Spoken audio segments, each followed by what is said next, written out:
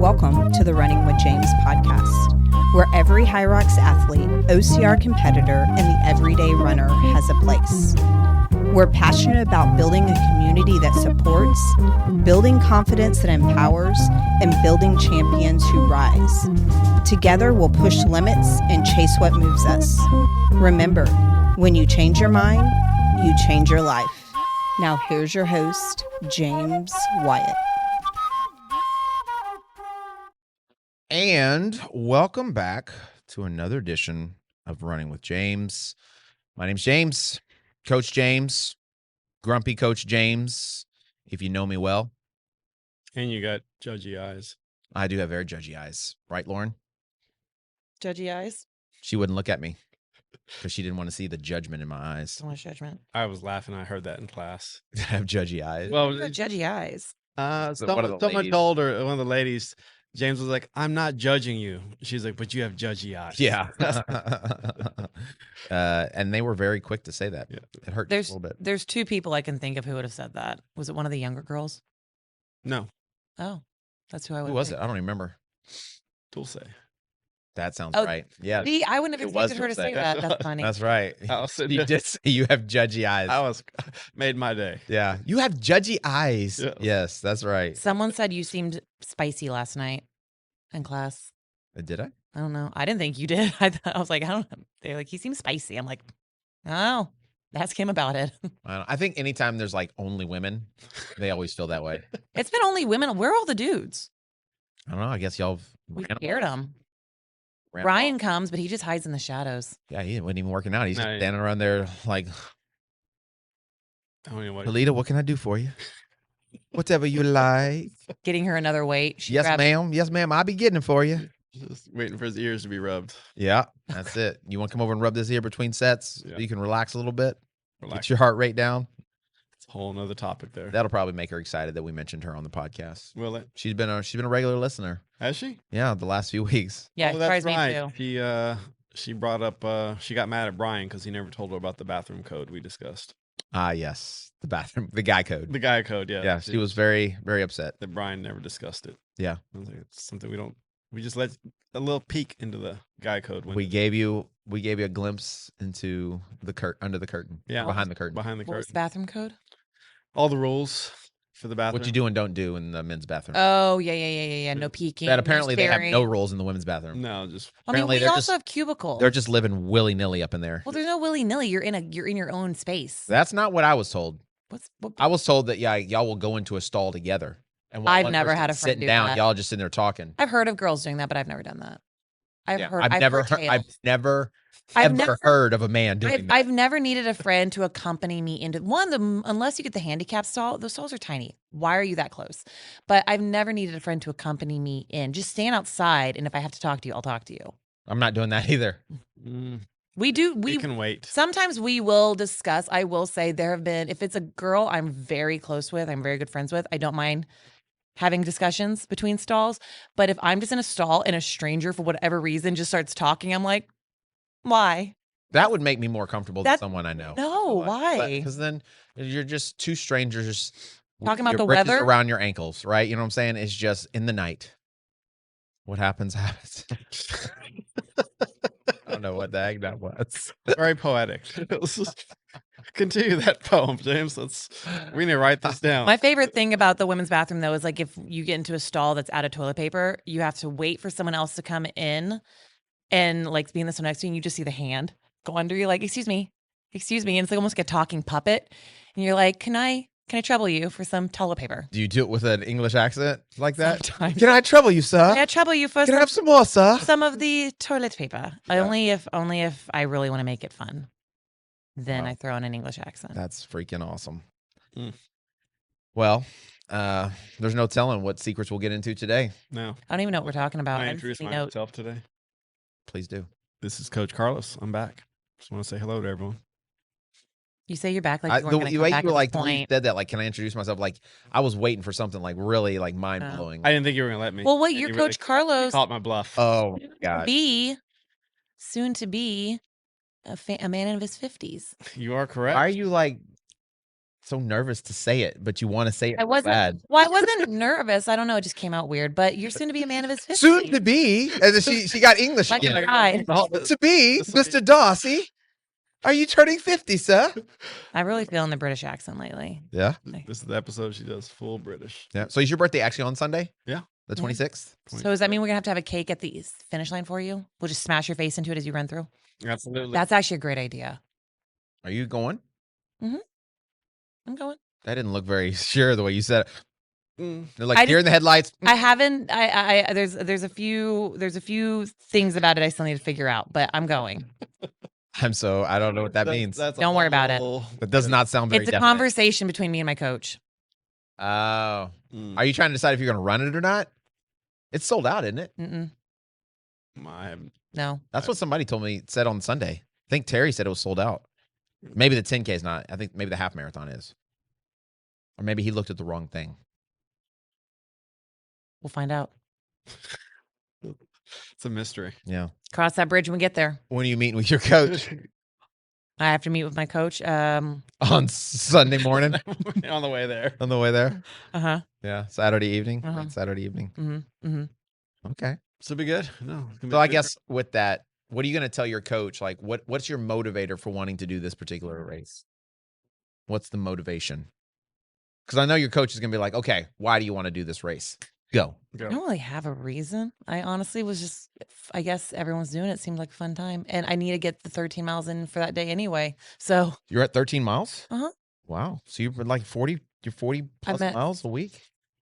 Well, I'm technically at 12. Sorry. So 13 would be like going a little over. I'm at like 30. So you're at 12 miles a week? 36. So you're at like 40 plus miles a week? 36, 37. It should have been like. What is 40. What is 3? So if we take that first number and we multiply that times 3, what is that? 3. Hang on. 3 times 3 is 9. 30. So 30% of 30 would be 9. Yeah. 11 miles. If you take those So I'm doing 2 miles over. And you take those 3 times, right? I'm 2 miles over. So what is 10% of 11? 1.1. 1.1. Yeah, thank so you. if you were increasing your mileage or adding to your long run, you would only want to add 10%. So you would go from 11 to 12 or 10 to 11. I mean, you are in full. You wouldn't go from That is full client mode, right? 11 there. to 30. You have a client that's doing the half marathon who's never ran above like a 9. So I think 2 miles is fine. I'm not putting that person on blast. I'm just saying you have a client. I guess we would probably have to look at your weekly averages Mm-hmm. over the last 6 months Mhm. and compare them if we want to actually do that and see if there's justification in either one. So, but once again, I'm going to tell you what your coach is probably going to tell you. I didn't know about this race until like 2 days ago or 3 days ago, maybe. And would like usually tell them you probably shouldn't do it, but they asked me if they could do it, and they've already signed up for it. They've been signed up for it. And so the thing is that can they do it? Yes. But you're not talking about doing the race because you're trained. I'm for not it. going. If You're trying to justify doing an extra 2 miles. I'm just going off of the math and the rules. Yeah. No, I'm I'm just telling you what your coach is going to tell you. I'm assuming you got a good coach. So I got. Yeah, sure. I just decided it'd be fun to do with everybody. So there's your motivator. Yeah, Your motivator is fun. Have some fun. FOMO. okay. That was the question. That was the answer. You got it. You nailed it. What's your motivation for doing this one? PR. Okay. Good. What's the It's been a while since I run a half marathon. I actually technically have only done one. So yeah. that That was a while back too, huh? Well, like Yeah. 2021? Yeah. Like right before the pandemic or something, right? I Is think that right Woodlands? The week Yeah. before, yeah. Woodlands. Yeah, that was. right when we were shut down. I guess it was the first race. Yeah. That opened up. So Are you sure? Are you sure you didn't do it right before the thing? No, that would have been because it was if it was the Woodlands, it was my first marathon. It was after. Was it after? Yeah, it was after all the chaos. Because then, that was your first marathon. Yeah. I think yours, and I don't know if that was Joyce's first marathon. Because I remember, you know how I also remember? I also remember it was coming out of it because they had us line up in those parking garages and they like would walk by and make sure people were kind of spaced out and people wearing their masks in the parking garage. Safety first. So that's how I remember it, because it was cold. And I was like, I'd rather this be a group huddle right now because I'm cold. Stay with us. We'll be right back. Looking to take your running to the next level? Whether you're just getting started or chasing the next PR, my dad, Coach James, and BC Fitness have you covered. Join our in-person or online run coaching. Plug into our free weekly run club and train alongside a community that's built different. From High Rocks and OCR to daily group fitness classes at our Houston gym. This is where athletes are made. Come run with us, train with us, grow with us. Visit mybcfit.com and start building your best.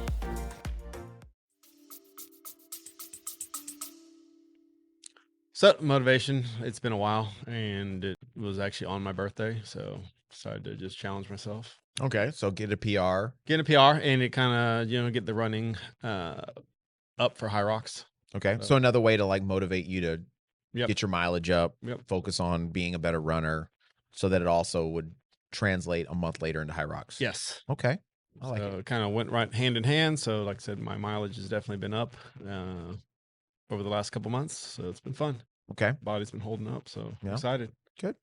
Good. So looking for that sub hour 35. okay.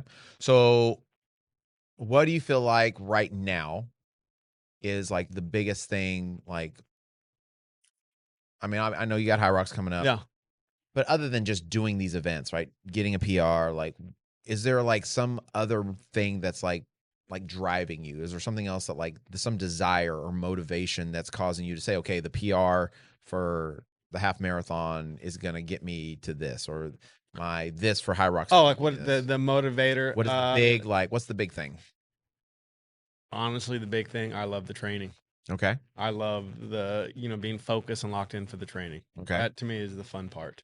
Being and then hitting your weekly goals, I really enjoyed it. Okay. Doing the double, speed days. It's nice just finding out where that limit is.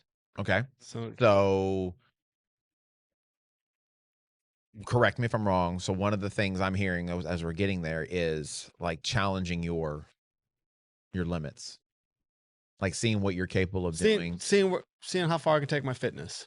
Okay. So that's just seeing where my fitness takes me. Right. Seeing how, we have different, how strong can I get? How fast can I get? It's, Okay. As I get older, it's Right. just- So in your twilight years, in my twilight years, trying to figure out. Yes. Let's see where that limit is. Okay. It's still go out there and push it. Okay. So what are your big, say for the rest of this year, what are your main goals Main goals. that you're like really motivated to accomplish? Definitely trying to qualify for Worlds for High Rocks. Okay. So that's in solo. I'll be in the 50-year-old division. Mhm. Doubles, not sure. Mixed doubles, I just giving it all a shot. So right now I just have Dallas and probably Houston, and then wherever I can squeeze a race in. Phoenix? Maybe. Phoenix? Yeah. Phoenix is about to open up. Yeah. I think at the end of So- in a week or so. Yeah. A couple of us are going to Phoenix. Yeah. So definitely see, what's in the budget. Yeah. However many races I can kind of squeeze in there with the right amount of training between, not just doing race after race. Okay. So What about you, Lauren? Like, what is the big, like your big goal? I really would love, I would ideally love to qualify for championships in High Rocks, but I think not the whole unknown of not knowing who's going to show up. I really want to beat my sub 106 on a female doubles. But also, that being said, I'm going for pro doubles.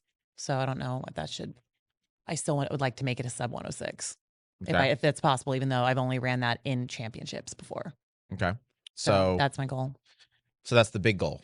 That's my big goal. I think I got a partner nailed down. I say that because I don't know. Okay. She shook on it. Oh, well, I mean, you got to trust the person. I got to when trust her. they handshake you, you got to trust that. She did shake on it. Yeah. And she's fast. She's got energy. I think we could be a really good team. I think we just both got to keep each other accountable and focused. I hear a lot of confidence. It's been a year since I did a women's doubles, and I have been really focusing on sticking to my run plan so I can get my running up. Because for me, the running and the endurance, that has always been the Achilles heel. That's been the thing that's always kind of like gotten me. So I've really been trying hard to get all my runs in, a lot of late night runs if I'm struggling to get the mileage in during the day.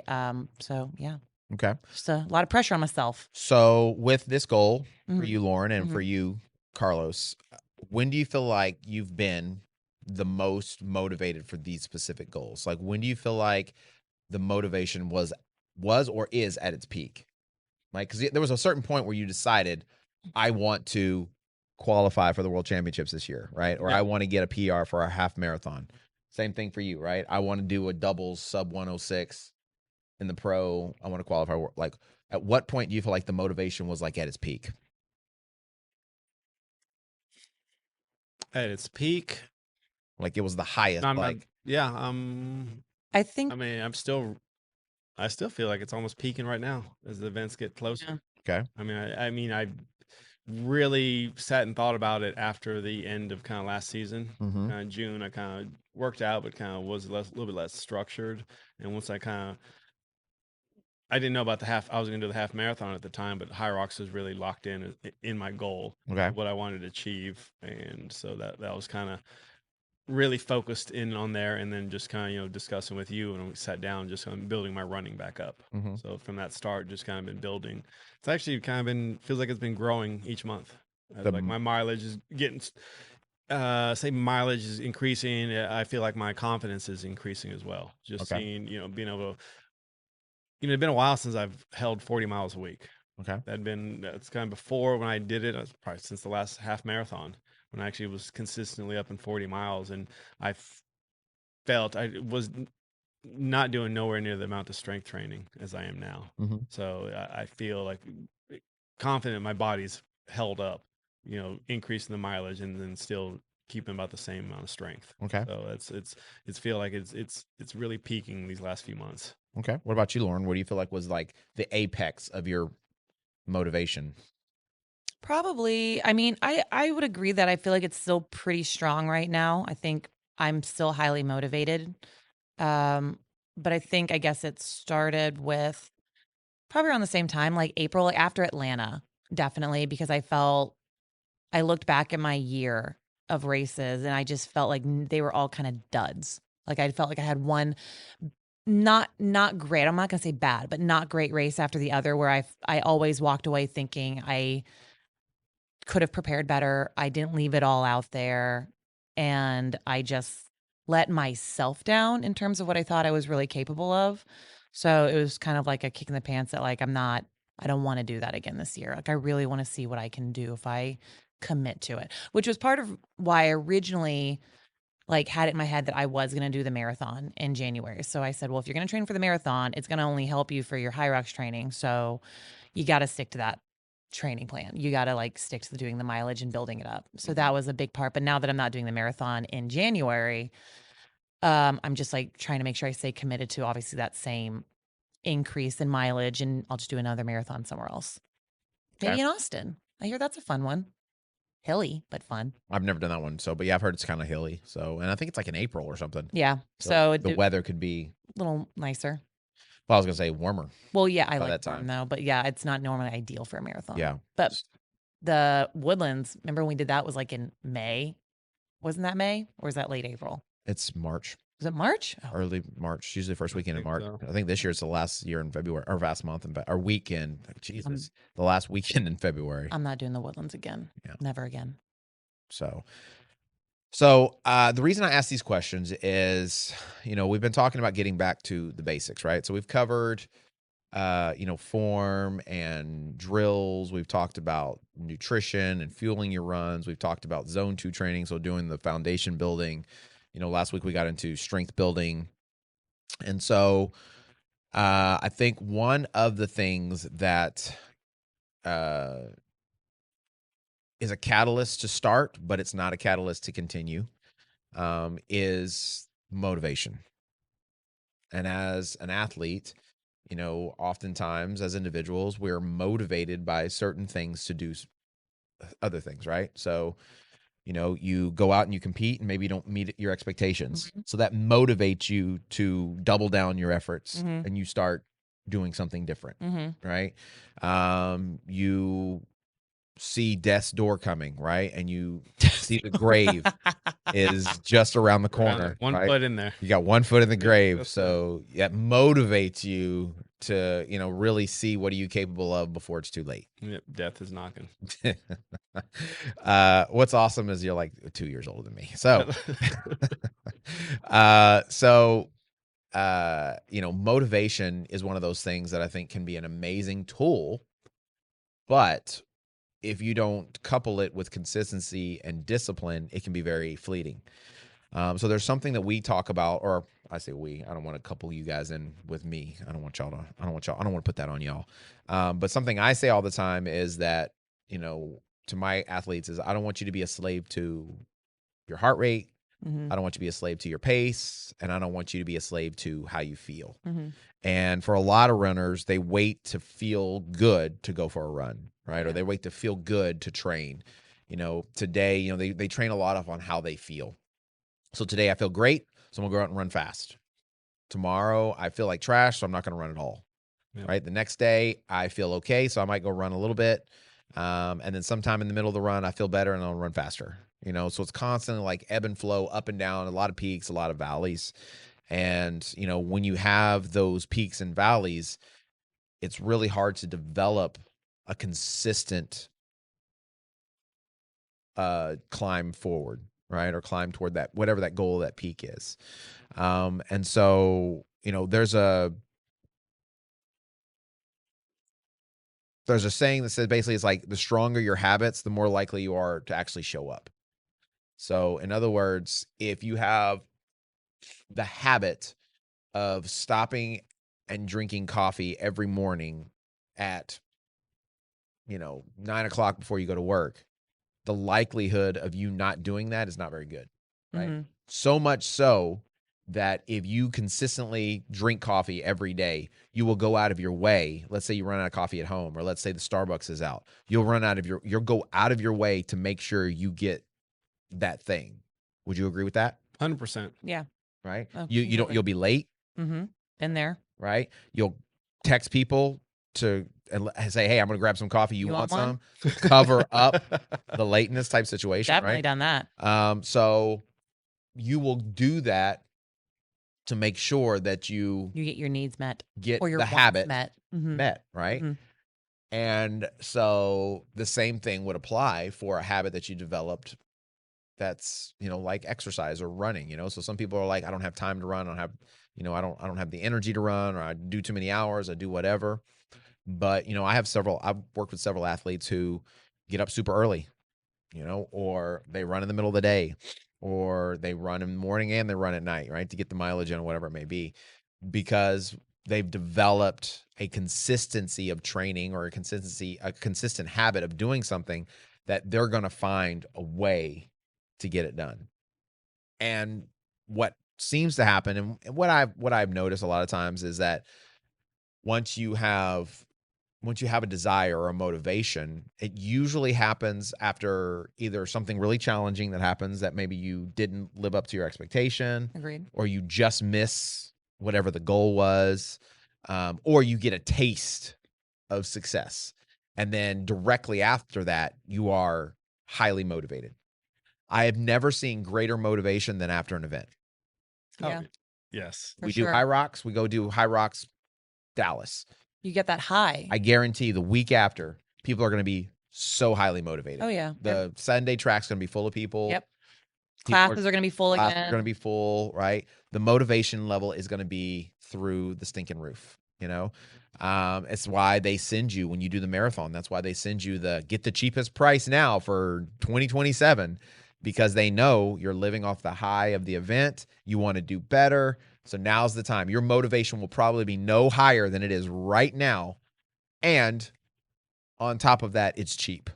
Like remember Spartan races? You could buy that half half price race. They're taking advantage of people Like, riding that high. Yeah, leaving Yeah. the race. Now's the cheapest time. You Yeah. sign up right now. That's how they got me. Like I did that first. I did a sprint or something or a super, and they were like, "Get your trifecta pass now for Yeah. whatever the Yeah. price was." And I was like, "Oh, well, I'm doing this. More of this. Yeah, I need more of this in my life." You know. I mean, so we know so many people who will go out and run the marathon or half marathon, and they get that email like the next day, and you'll like, "Oh, already signed up for next year." I'm like, "Of course you did, riding that high, of course. of course. So Why not?"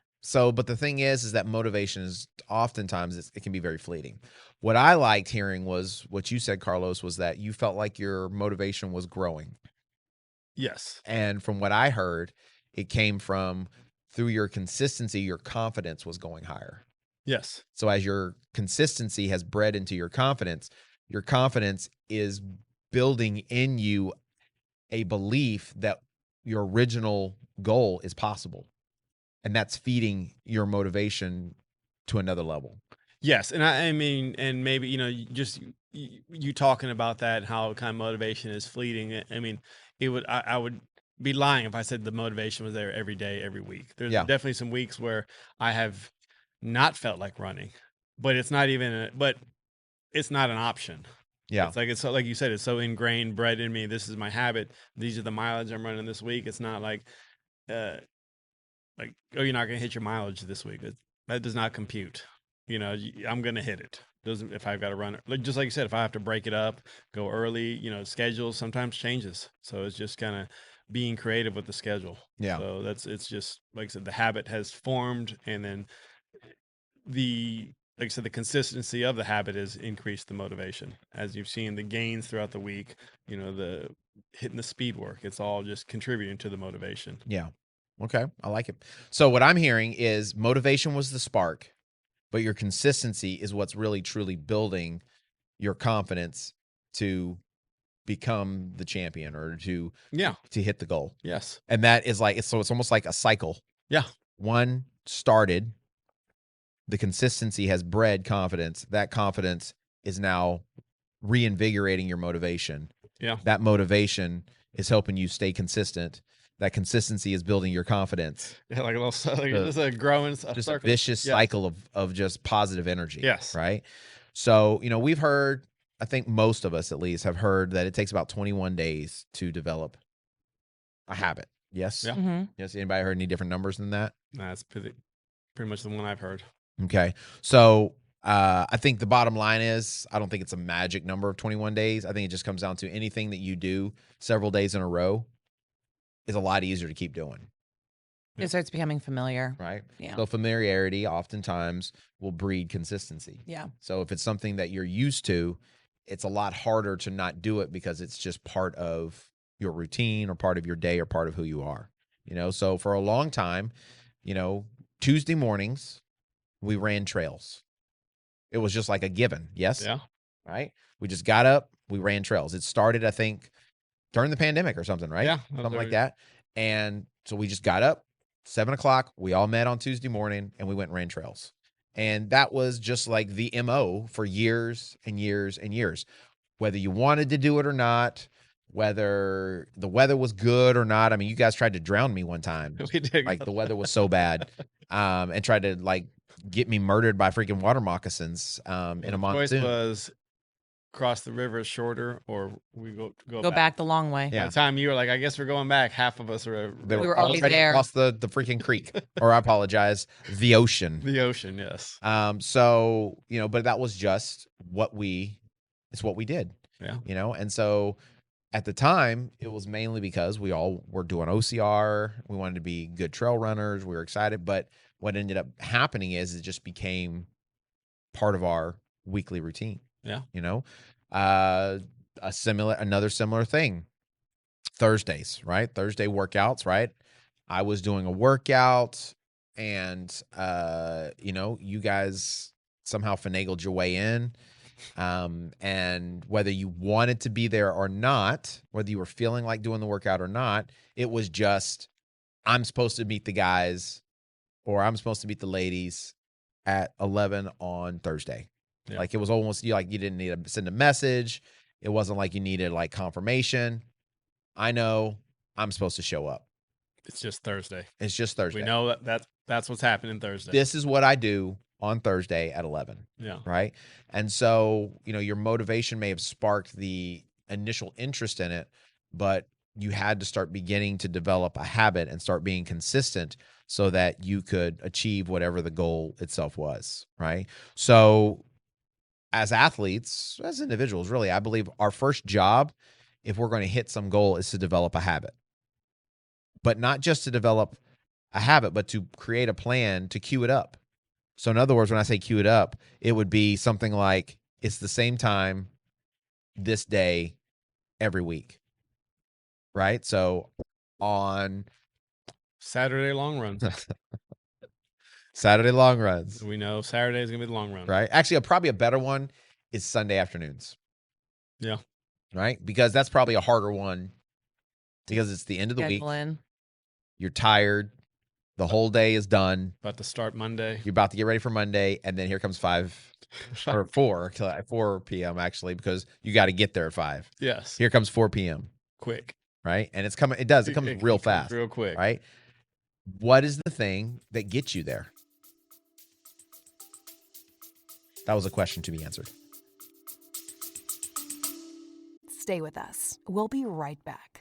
Are you ready to unlock your full potential? I want to introduce you to the Fit, Healthy, and Happy podcast, a powerful resource to transform your life today. With expert interviews, practical tips, and inspiring stories, this podcast is your roadmap to lasting wellness. Here's what a listener has to say. I used to struggle with my health, but this podcast changed everything. It's like having a personal trainer, nutritionist, and life coach totally for free. With over 2,000 5-star reviews, we're a podcast you can trust. The Fit, Healthy, and Happy podcast, available now wherever you get your podcasts. I think it's a couple of things. I mean, one, it's for sure not wanting to miss out on the opportunity to kind of always test yourself. I think every Sunday is like an opportunity to hit the paces. You're kind of testing how this week has prepared you for that day or how your fitness is growing. So I think it's always an opportunity to kind of challenge yourself. I think that's a reason. For me also, it's kind of the accountability of the other people. Because, I know certain people are going to show up. And if I don't show up, they're going to be like, where were you? Why weren't you there? And that's definitely a big part of it too. I think it's just so ingrained. That's just Sunday. I don't even think about it anymore. It's not like unless there's an emergency or something, it's pretty much Sunday. That's just the day we do track. Yeah. It's just kind of been doing it so long now. It's just, like you said, that's part of the day. Yeah. You just know. I mean, like to watch football at the end of the day, but it's track day. Yeah. That's the bottom line. Okay. Well, I think the only way that comes, right? So you both brought up good points, right? So you brought up accountability. Mm-hmm. You brought up it's just a matter of fact almost. But, right? but I've gotten to that point now. Right. I mean, it's not how it started, right? No, absolutely. So, but that came from a shift, I believe, in how you thought about things, how you thought about training, or how you thought about the day itself. Yeah. And so without the logistics of creating the plan, or the intentionality of creating the plan to start a shift in how you think about things, I think you're never going to get to the place where you can actually make the habit, right? So, our motto, our vision is change your mind, change your life. So I believe in anything in life, it all usually starts between the ears. My dad used to tell me, use your head for something more than to keep your ears apart, right?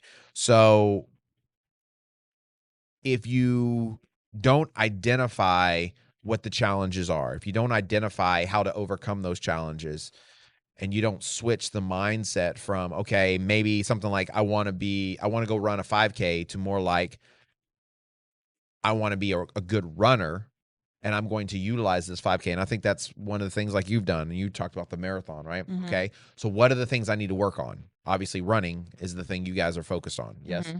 So you're saying, okay, well, for me to be a better runner, I'm giving myself this target to motivate my consistent habit Mm-hmm.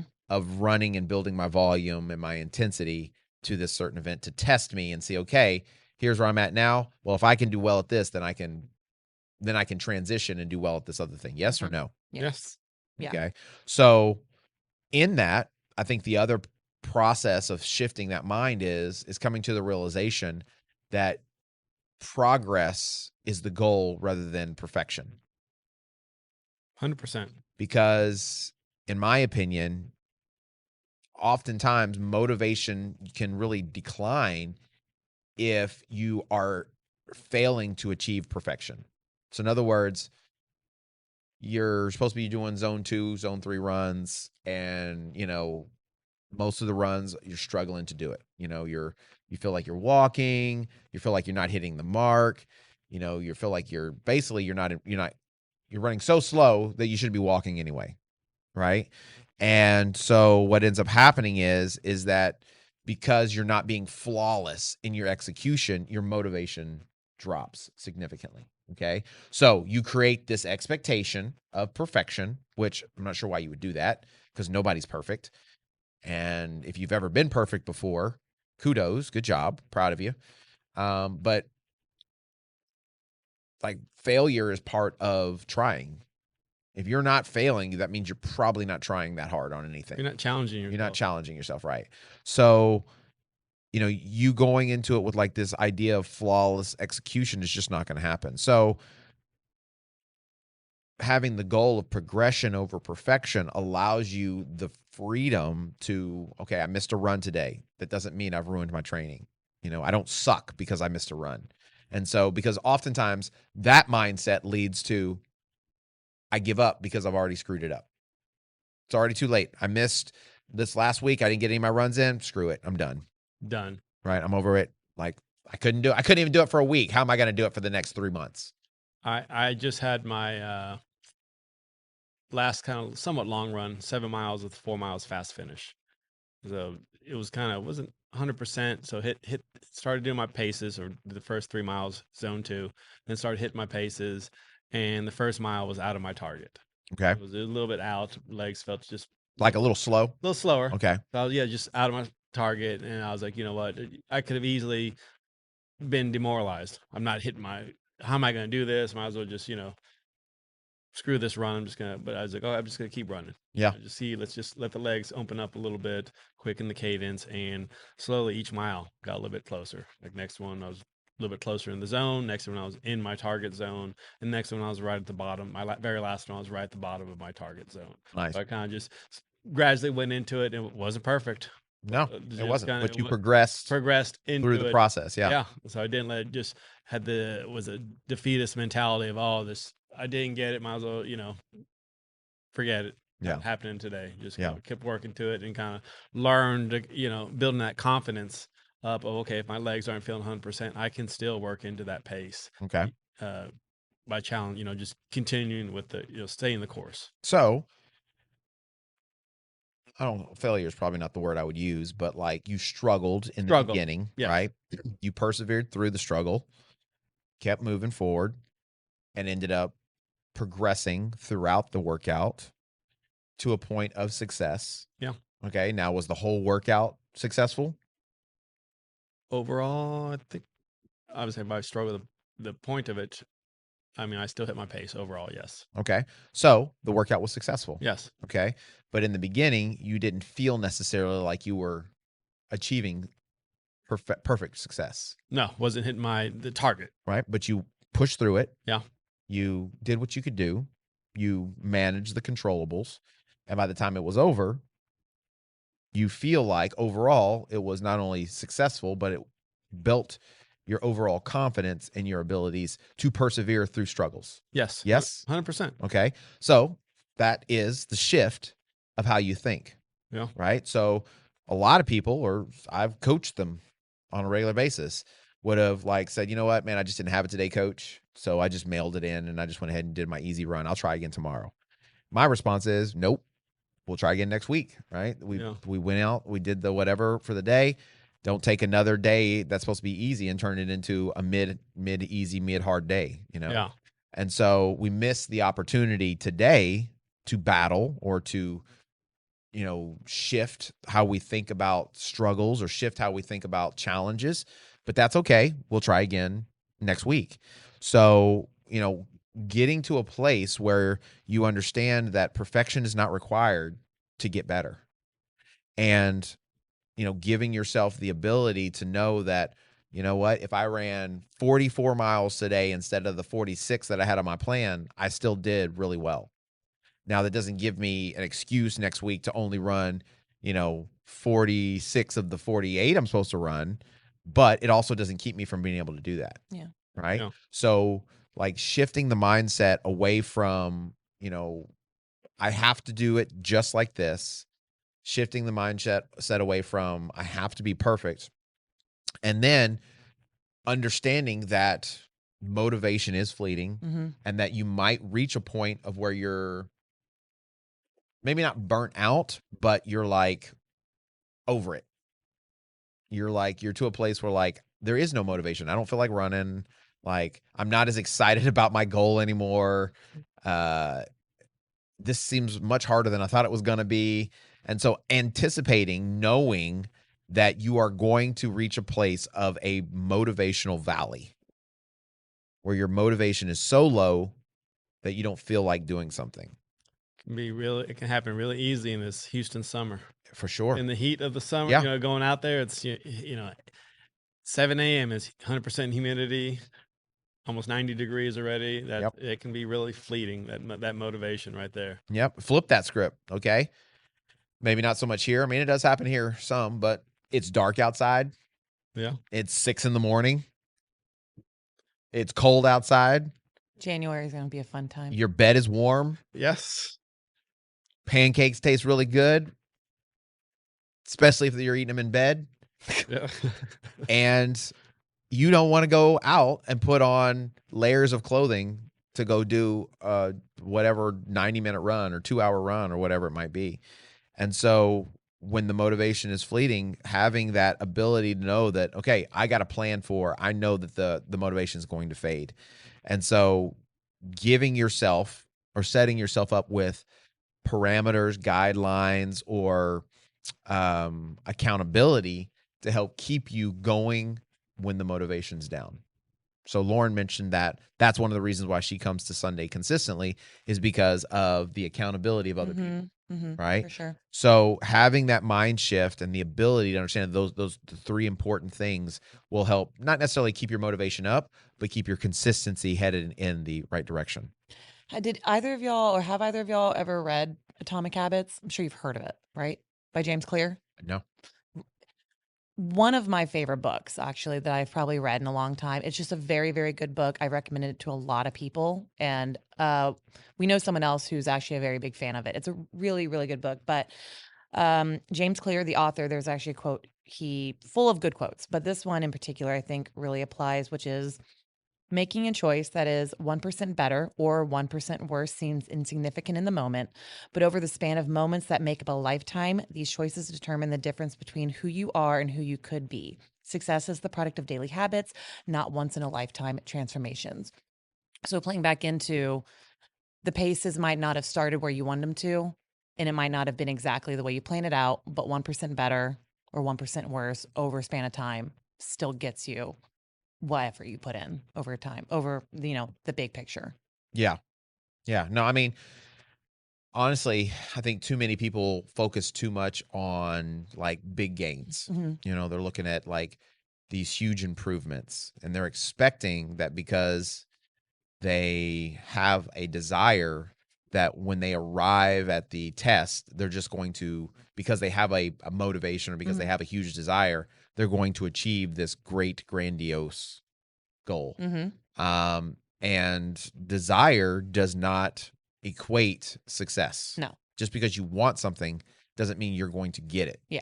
My daughter hasn't learned that yet. We're not all Nepo babies. Exactly. No one here's a Nepo baby. So understanding that a desire or a motivation can lead to the steps necessary to attain whatever the logical goal is, right? So, I have an athlete that, they came to me and they wanted to, improve their running time for, I think it was the marathon.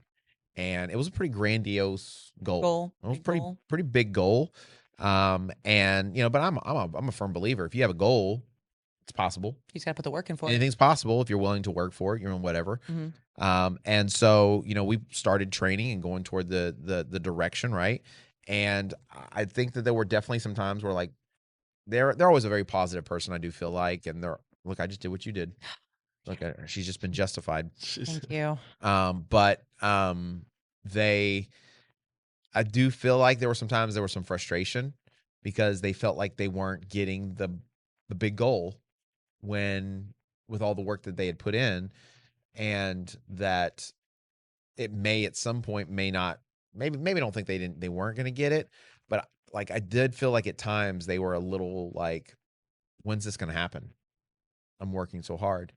And so in my opinion, it wasn't that they didn't have the fitness to do it. It wasn't that they didn't have the strength to do it, but they hadn't put themselves in a mindset where they could push past the level of uncomfort or discomfort to actually get whatever that goal was. Was it still is a lofty goal was also a time frame thing as well? Oh, like they want to do within a like certain trying to time. get certain, well, like to get to a certain, mileage, we always go up a 10% increase. Yes. That takes time. Yeah. That takes The progression. Yeah, the progression. progression takes time. So if the bigger the goal, the bigger volume you need, that's just sometimes there's nothing. Like you said, your desire can be, you can desire it the most, but sometimes you have to be patient. Yeah. Well, then I think too, some people like just personalities, what type of athlete they are. Some people race differently, right? So, some people like the pain cave. Some people like to hurt. They like the hurt, and they rise to the occasion when they're in the pain cave. Some people crumble under the pressure of the pain cave. Yeah. And so like I'm that kind of athlete. Like I am not a pain cave kind of guy. Like when I start to hurt, like I'm like, I'm good. But that's one of the reasons why, I try to increase my volume and train and put myself in really uncomfortable positions so that I'm not like, I don't crash and burn so hard when I reach the pain cave. Does that make sense? Yeah. Like our Thursday workouts, we're Right. in the pain cave. Like I said, I think we've discussed before, all of us are just kind of meander until we hit that start timer, just because we all know we're going to be entering it. Yeah, it's going to hurt. Right. So, if you're that type of person, if you're like me and, you fear the pain, then, you have to train yourself either to a level where you don't reach the pain as quickly, or you put yourself in a lot of painful situations so that it doesn't feel so unfamiliar. So it's not so shocking to your system. And so understanding your weaknesses, realizing, what are the things that maybe cause my demotivation? What are the things that maybe cause my lack of motivation? So basically setting some parameters up in your life, or in your training to allow you to constantly be progressing forward, because you know that those roadblocks or those challenges are going to come your way, right?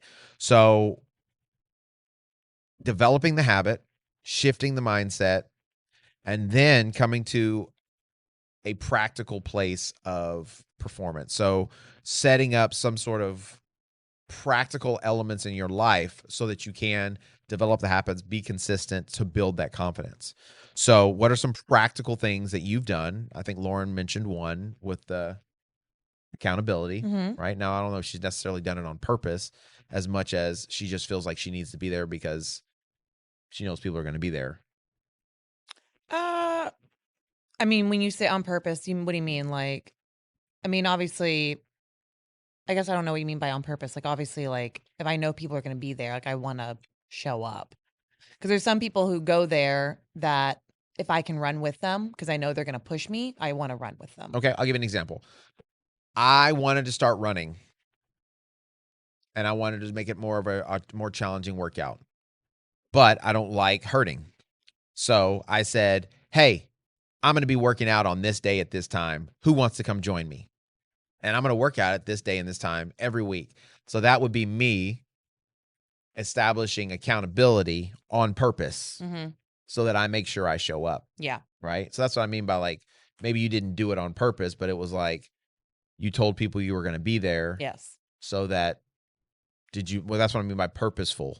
I would tell people I'm going to be there, and that it would encourage them to show up, and then like, oh, well, now they're coming. I got to make sure I go. Okay.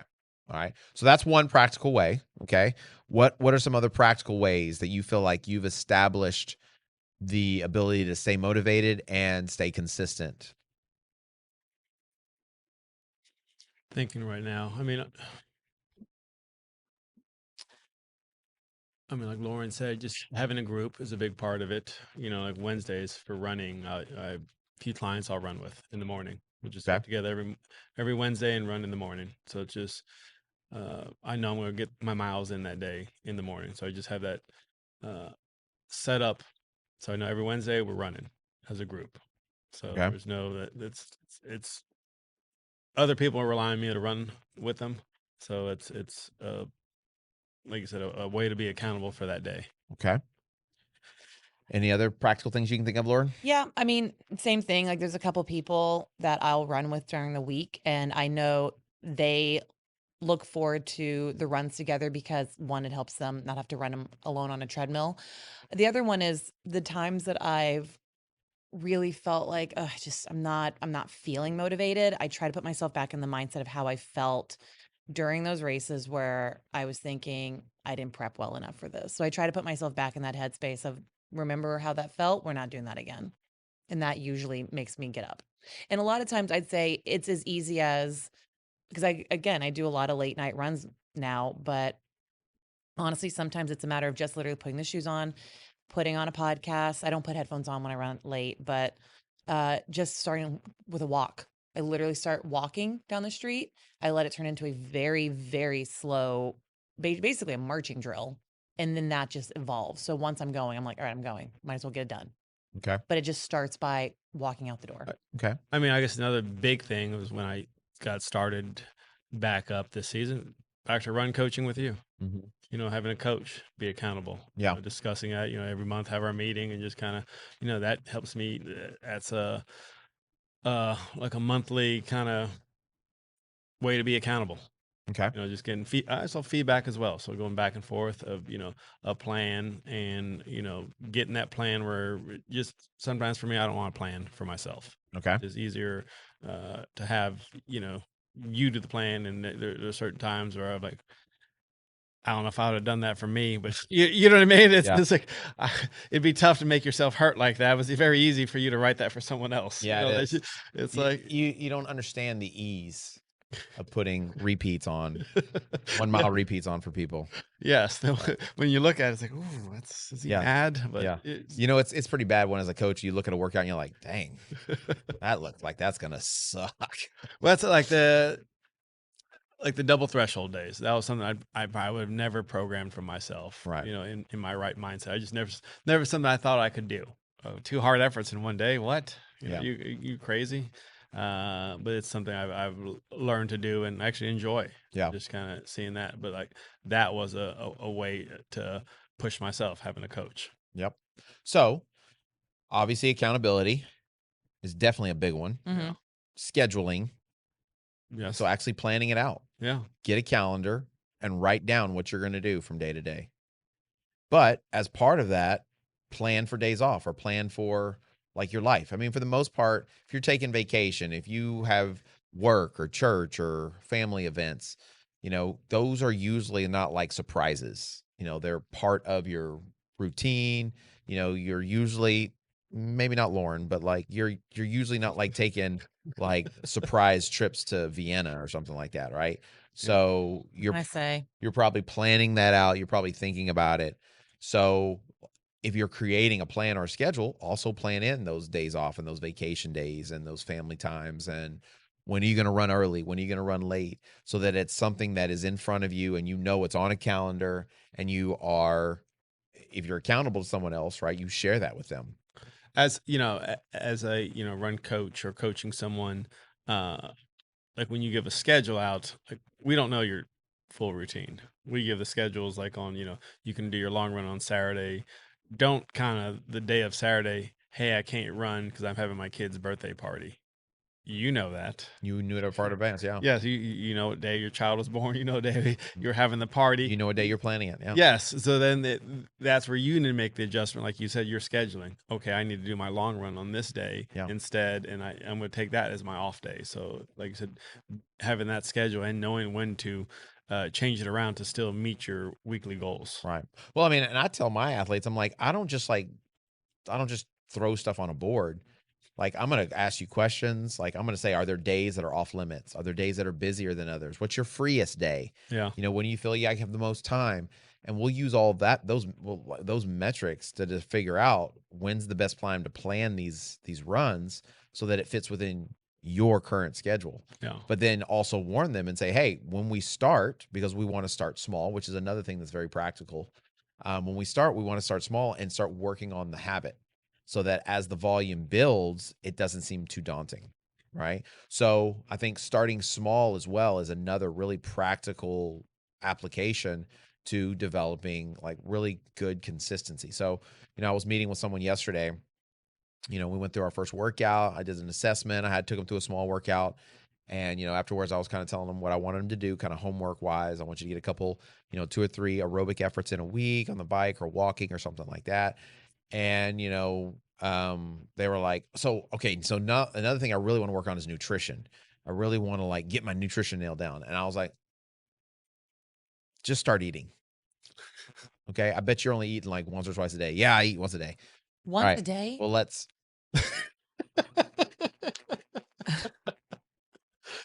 I could hold that one back.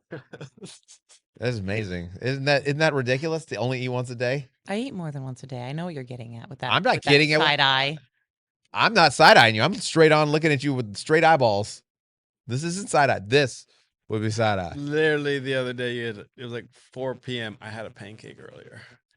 Well, we didn't establish if it was a pancake because she said I had pancakes. Oh, okay. I made the assumption because I am familiar with Lauren's definition of pancakes is that she had one small pancake cut up into many pieces. Oh. No, I like. But I could be wrong. If I eat pancakes, I like pancakes. So what is a pancakes? Pancakes is usually 2 to 3. And they're sizable.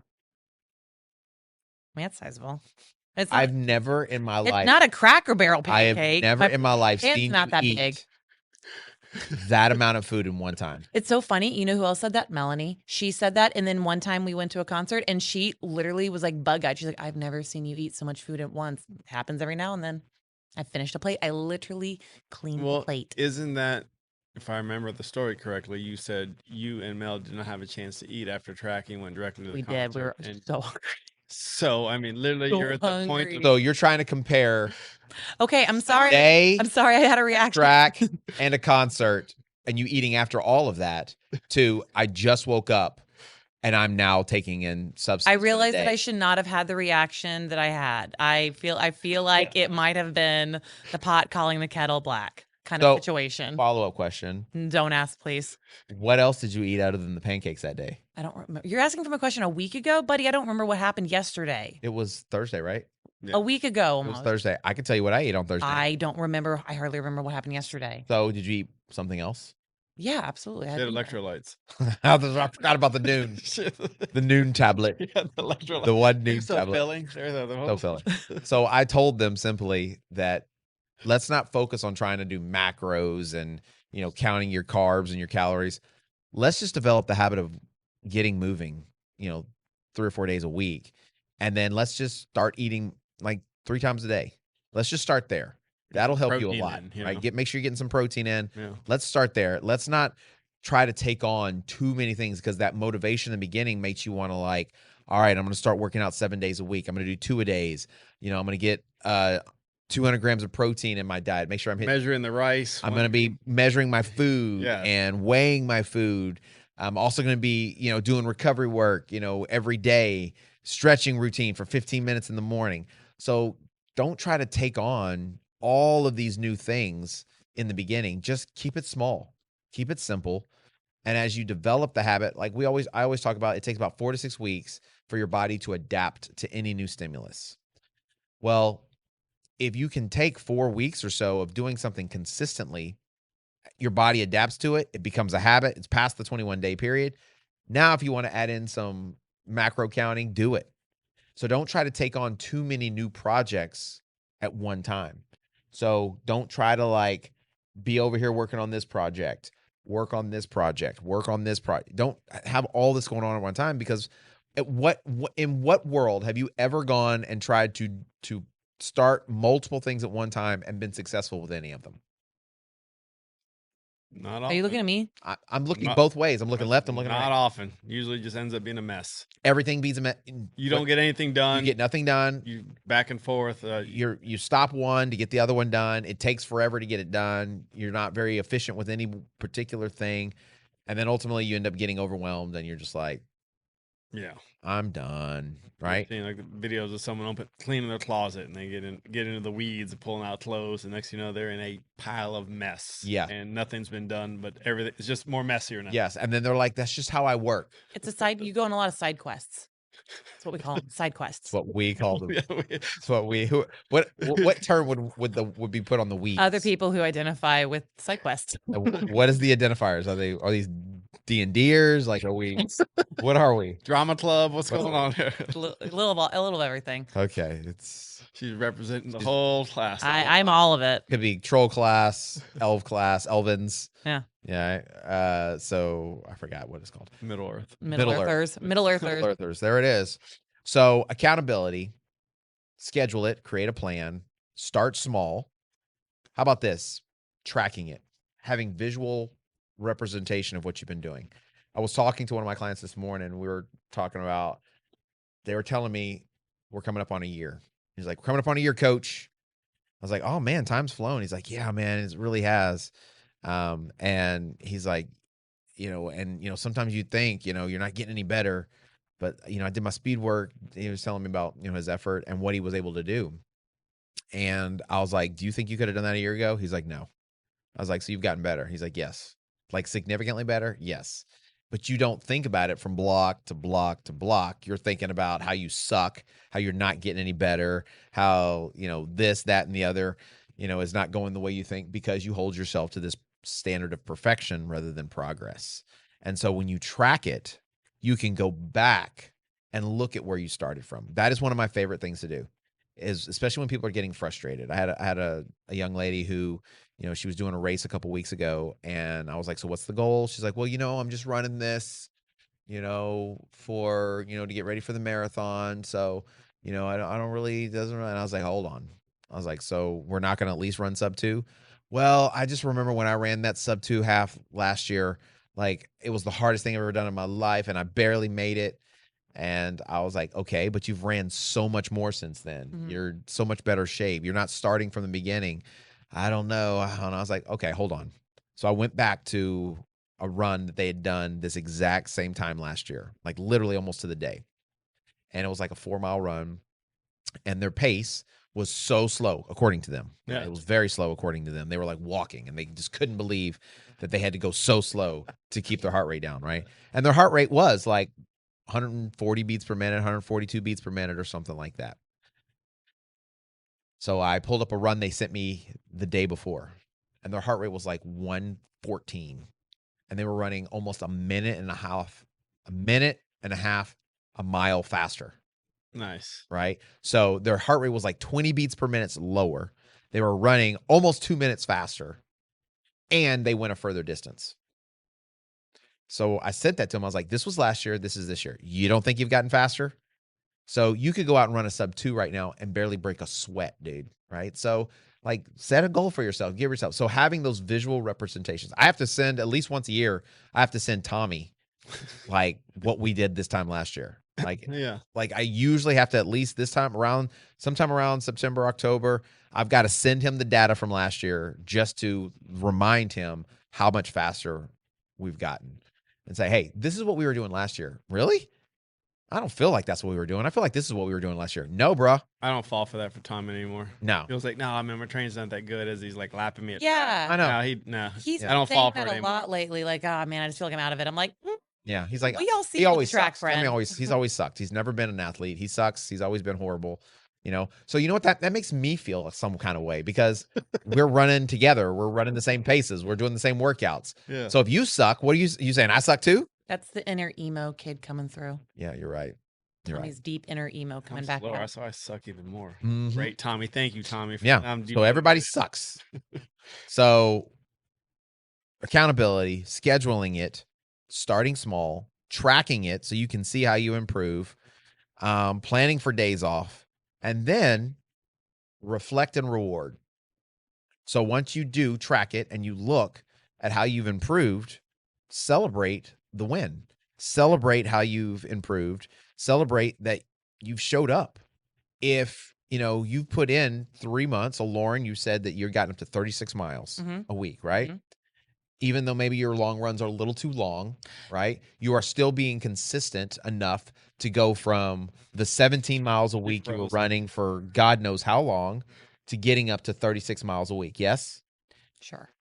Yes. Yes or no? Yes. Okay. So that is a win. That's a huge win. Mm-hmm. Because to be able to go from 17 miles a week to 36 miles a week, if you've done the progression Very much. the proper way, have. that means that it should have at least taken you 3 months to get there. It's taken a while. It's been a lot of math. It's been holding myself to it. Not And that much math. it's math for me. It's making sure I don't overdo it because there was a couple weeks at the beginning where I somehow. You know what? fudged Will up you this just math. let me give you the compliment and take the Thank you. It's the most mileage I've ran since I don't even think I was quite hitting this mileage when I trained for the marathon the first time. All I gotta say is thank you. Thank you. or just, yeah, Yeah. Yep. just agree. Thank you. Contrarian. I'm complimenting her and she's telling me how she's not done it right.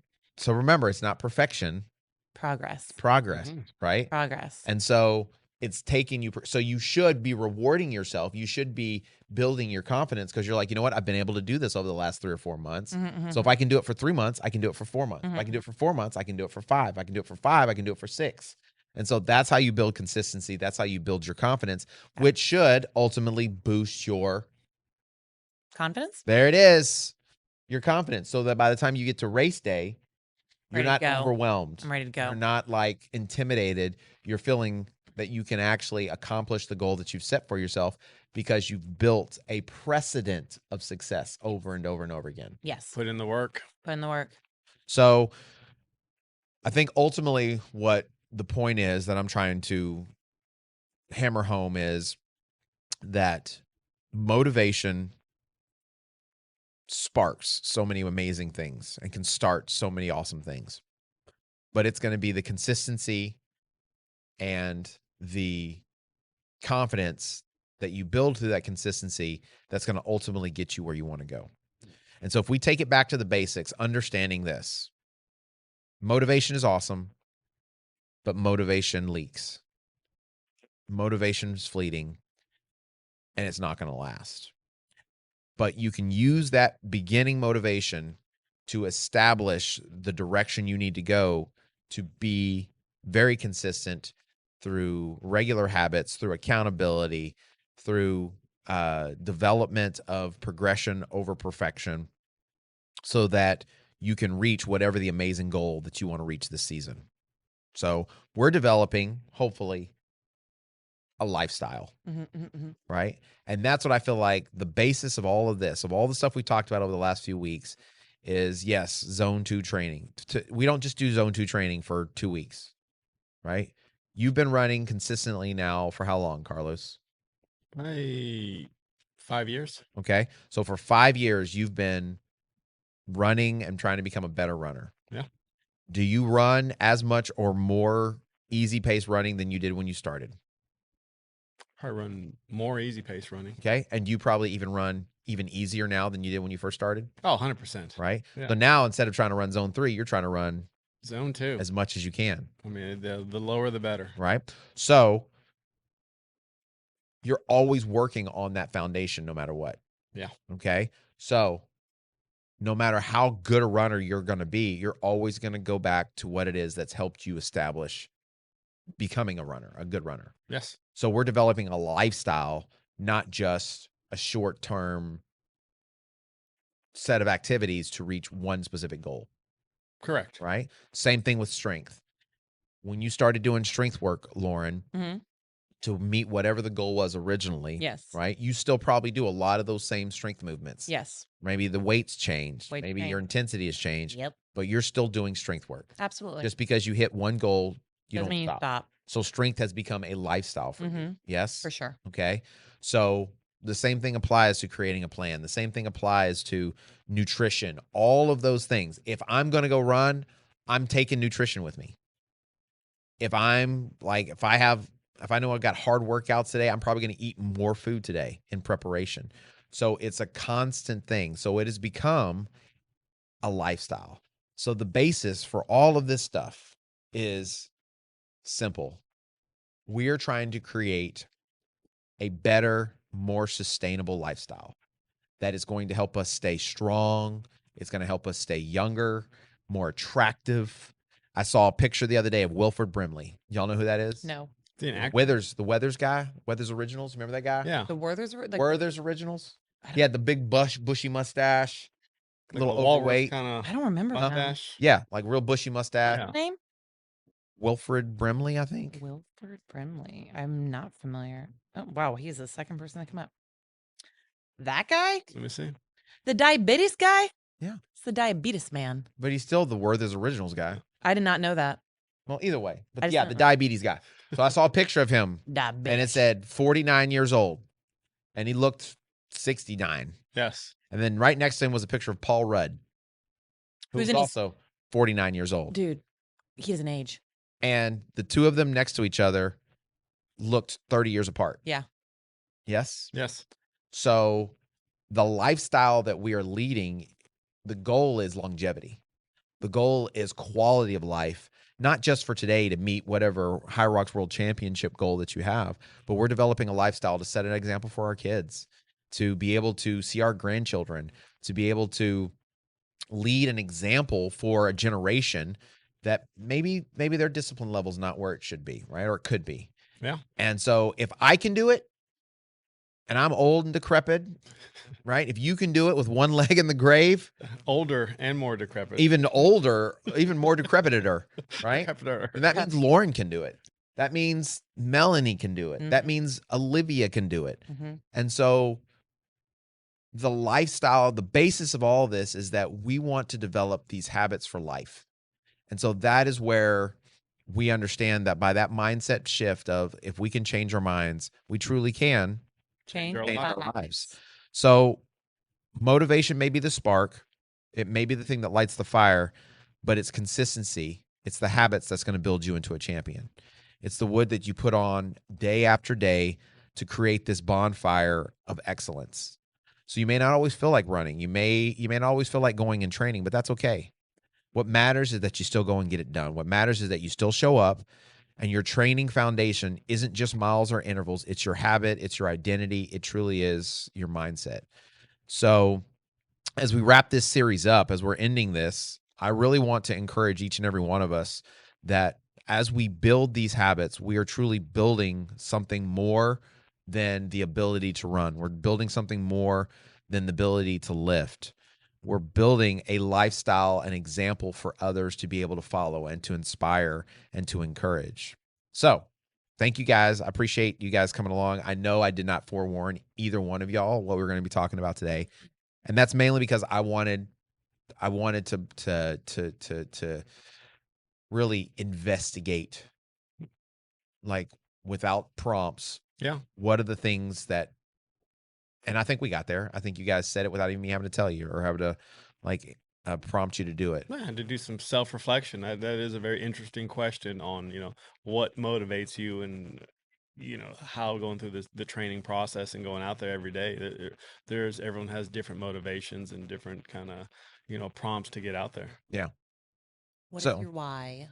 Yeah. So, and I would even say for me, I think my why has changed so much. My why originally may have been one thing, but it's become something completely different because of the habit and the consistency I've created. And so, I would love to know, from you guys out there listening, what's your why? What is your motivation? And has that motivation changed during the process? I feel like Carlos's has changed. Even though he may still have a goal he's shooting for, I feel like his why has shifted, right? And so I think for everybody that gets into it, eventually what is important may shift and change because of what you get out of the consistency, the discipline, and the habit of truly training and progressing from week to week and block to block. So I would love to know that. What is yours? Let us know down in the comments below. You can also go to the Running with James Instagram, go on to it, slide into our DMs, and let us know what are the things that motivate you most. We'll give you a shout out if you'll do that here on the podcast next week. So it's an exciting weekend we have coming up. A lot of us are going to be running the Coach Carlos Classic downtown. So he told us everyone was running. That wasn't the It's a pretty big group. feeling I was getting on Sunday, but maybe that's because a lot of people weren't there that were running on That was, yes. I over exaggerated, or maybe I over assumed. assumed that people loved you more than I did. they claim. Yes, it really. I was kind of taking down a notch or two. I was like, everyone raise your hand if you're doing the Coach Carlos Classic. I raised my hand proudly. And I look around like 3 other people. So I was like, all right, James, everyone. I was like, well, maybe not everyone here. I even changed the workout for the day because of all these people. So, I mean, I think we still need to have Sunday Fun Day because I don't think as many people are running. People are expecting to have the track workout. I think people are like, who's Carlos? Like, yeah. it's all right. So It are happens. we calling it the Coach Carlos Classic because Carlos is a classic now? Are you considered a classic now? Vintage. Are you vintage now? Vintage. Yeah, you have to get a new license plate for your bag. That's it. That's absolutely. Yeah. So, I mean, you've lived through 6 decades. Yeah, half a century. More than you've lived for half a century, but you've been existed through 6 different centuries. yeah. 70s, 80s, Decades. 90s, 2s, 10s, 20s. Dang. Yeah, I've seen a lot. You have. Yeah, and 2 centuries. 2 different centuries. Wow. Bro. I know. It's Dang. Like hanging in there. you're like who like kids come and talk to and they want to know like Well, like in the old days. What was Rome like? Yes. That's Like what was it like back in the old West? Can you explain the pager? Yeah. I can explain the pager. to Yeah, them. the rotary phone. Yeah, the rotary phone. Right? What did you learn Morse code? Yeah, that's not far from it. So, but we're gonna have a good time. So, hey, if you're racing, if you're running, we'll be out there. Hit us up, wave at us if you see us. If you're out there cheering, cheer us on. Say go Coach Carlos and tell him happy birthday when you cheer him on. And after that, we'll be full tilt, fully committed because we will only be 4 weeks away from High Rocks Dallas. Yes. Which is definitely going to be a huge event, and we do have everybody going to that. That is We have a big technically crew. everybody. That will be everybody going. Yes. So that'll be a good time. So if you're going to be going out to Dallas to race, let us know. We'd love to know what day you're racing. We'd love to support you and give you a shout out. And if you see us, obviously come holla. So if you have the ability to do so, we are still running the Build the Dream campaign.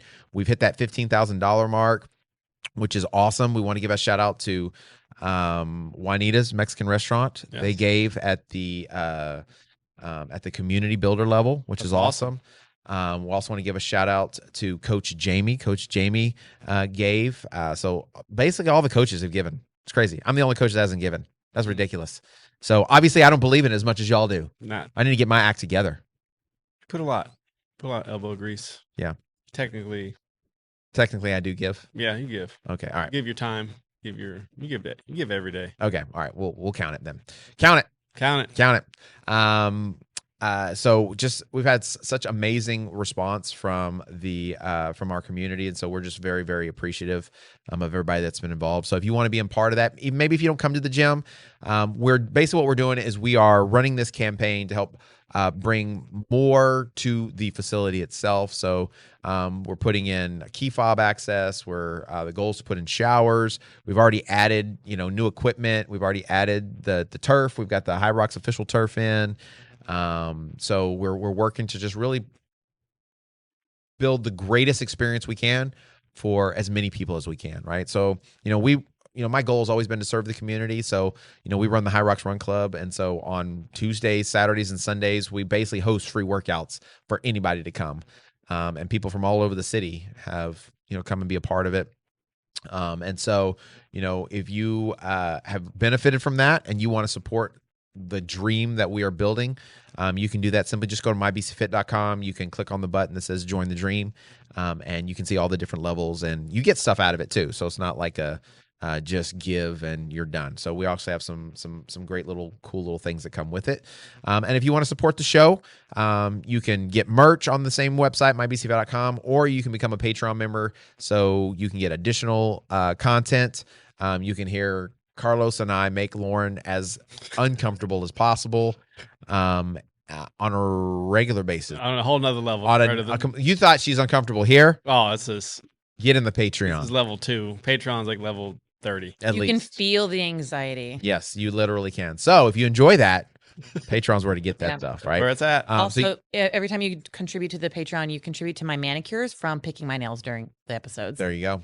So you can just go to patreon.com for my nails. /running with James to become a Patreon member. There's a free level, and then there's a $1 level, and there's some different ones. So definitely get in on that action, and it allows us to make videos, make the podcast happen, so we continue to grow and get better.